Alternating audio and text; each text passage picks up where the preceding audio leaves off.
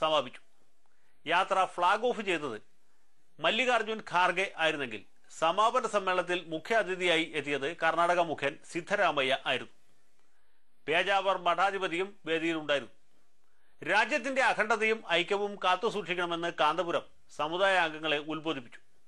കാശ്മീർ ഇന്ത്യയുടെ അവിഭാജ്യ ഘടകമാണെന്നും ഇവിടുത്തെ മുസ്ലിങ്ങളെ സഹായിക്കാൻ പാകിസ്ഥാൻ ബന്ധപ്പെടേണ്ട എന്നും കൂട്ടിച്ചേർത്തു.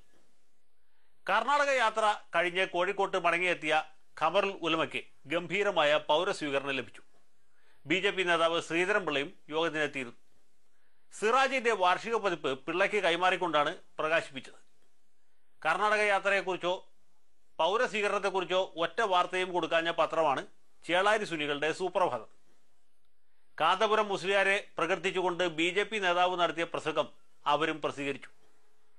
കാന്തപുരത്തിന്റെ റിവേഴ്സ് ഗിയറിൽ മംഗലാപുരത്ത് നിന്ന് ഗുൽബർഗയിലേക്ക് ഒരു ബദൽ യാത്ര നടത്താൻ കോട്ടുമല ബാപ്പു മുസ്ലിയാർ ആലോചിക്കുന്നു എന്നാണ് ഏറ്റവും ഒടുവിൽ കേട്ടത്.